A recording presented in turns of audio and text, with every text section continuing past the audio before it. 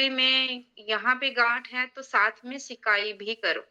साथ में सिकाई 5 मिनट 6 मिनट की मसाज होती है, जो हमारी नाभि है, नाभि के जस्ट नीचे, नाभि के नीचे, तो वहाँ पे हमारा यूट्रस है, वो उसको आप एक बार मतलब महसूस करो कि ये हमारा यूट्रस है, तो वहाँ पे हमने मसाज करनी है।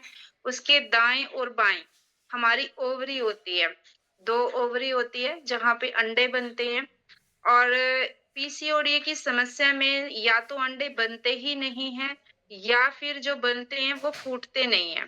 क्योंकि जब माहवारी आती है, पीरियड आती है, वो तभी आती है जो अंडे रेगुलर बनते रहते हैं, फिर वो फूटते रहते हैं और फिर वो पीरियड के रूप में बाहर निकलते रहते हैं।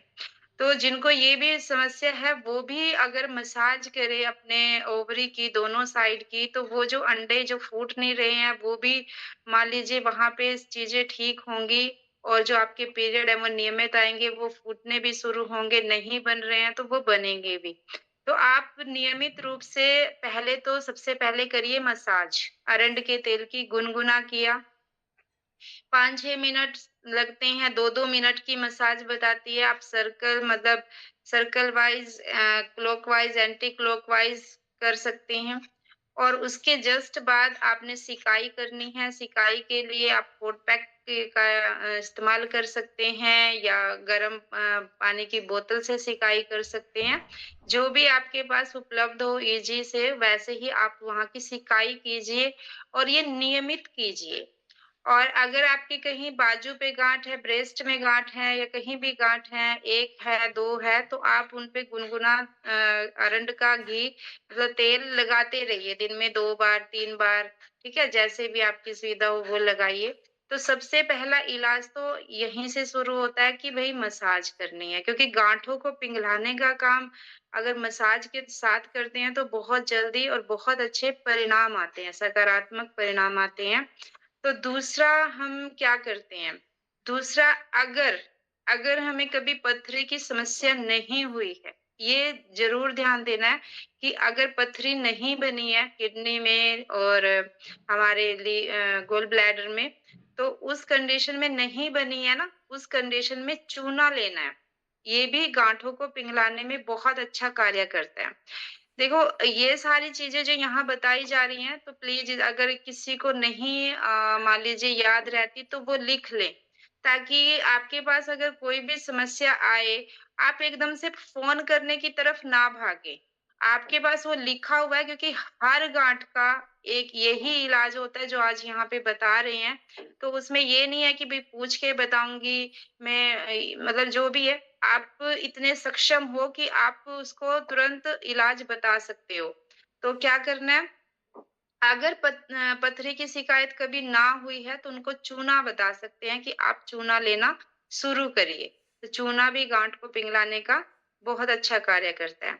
और अगर चूना ले सकते हैं, तो एक इलाज इसका है कि पान का पत्ता, ठीक है?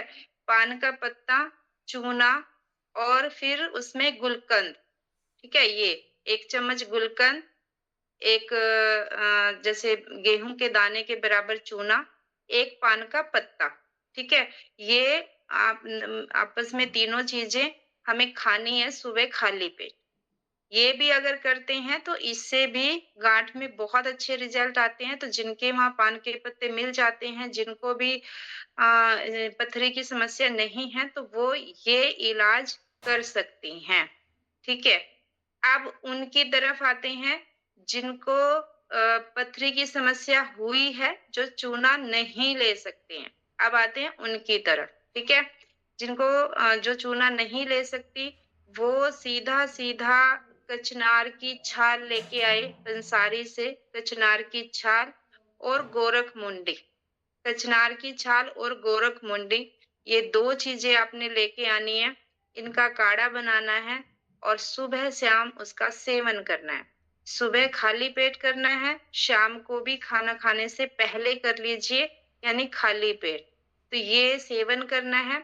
साथ ही इसमें एक चीज़ का और ध्यान देना है कि हमें कब्ज़ नहीं होने देनी है, ठीक है?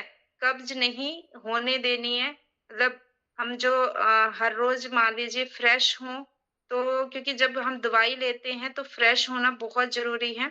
तो उसके लिए और ज़्यादा मान लीजिए अंदर से क्लीनिंग होगी तो जो भी आप यूज़ कर रहे हैं काढ़ा, तो उसमें वो 100% आपको सफलता देगा। तो ये करना है। साथ में जब भी पीरियड आ रही हैं तो स्वास्थ्य फ्रीडम केयर का सैनिटरी पैड यूज़ करना है, क्योंकि अगर आप मार्केट वाला सैनिटरी पैड यूज़ करते रहेंगे तो नीचे से वो गैस दोबारा बनेगी और इन्फेक्शन दोबारा होगा, तो फिर समस्याएँ वापिस आएँगी। अगर स्वास्थ्य फ्रीडम केयर का पैड यूज़ करेंगी तो ये ना तो इन्फेक्शन को होने देगा और ना ही मतलब दोबारा से हमारा यूट्रस गर्म होगा क्योंकि गर्मी को निकाल रहा है साथ में, तो ये भी यूज़ करना बहुत ज़रूरी है। उसके साथ-साथ आप भाप लीजिए, भाप लीजिए ठीक है? भाप लेनी है पीरियड के टाइम में और पर एक बात ध्यान रखनी है कि पीरियड के टाइम में मसाज नहीं करनी है, ठीक है? जब भी हमारा पीरियड स्टार्ट हो जाए, तो हम जैसे रेगुलर मसाज कर रहे हैं ना, तो वो छोड़ देनी है। उस टाइम पे मसाज नहीं करनी है, उस टाइम पे हमने भाप लेनी है।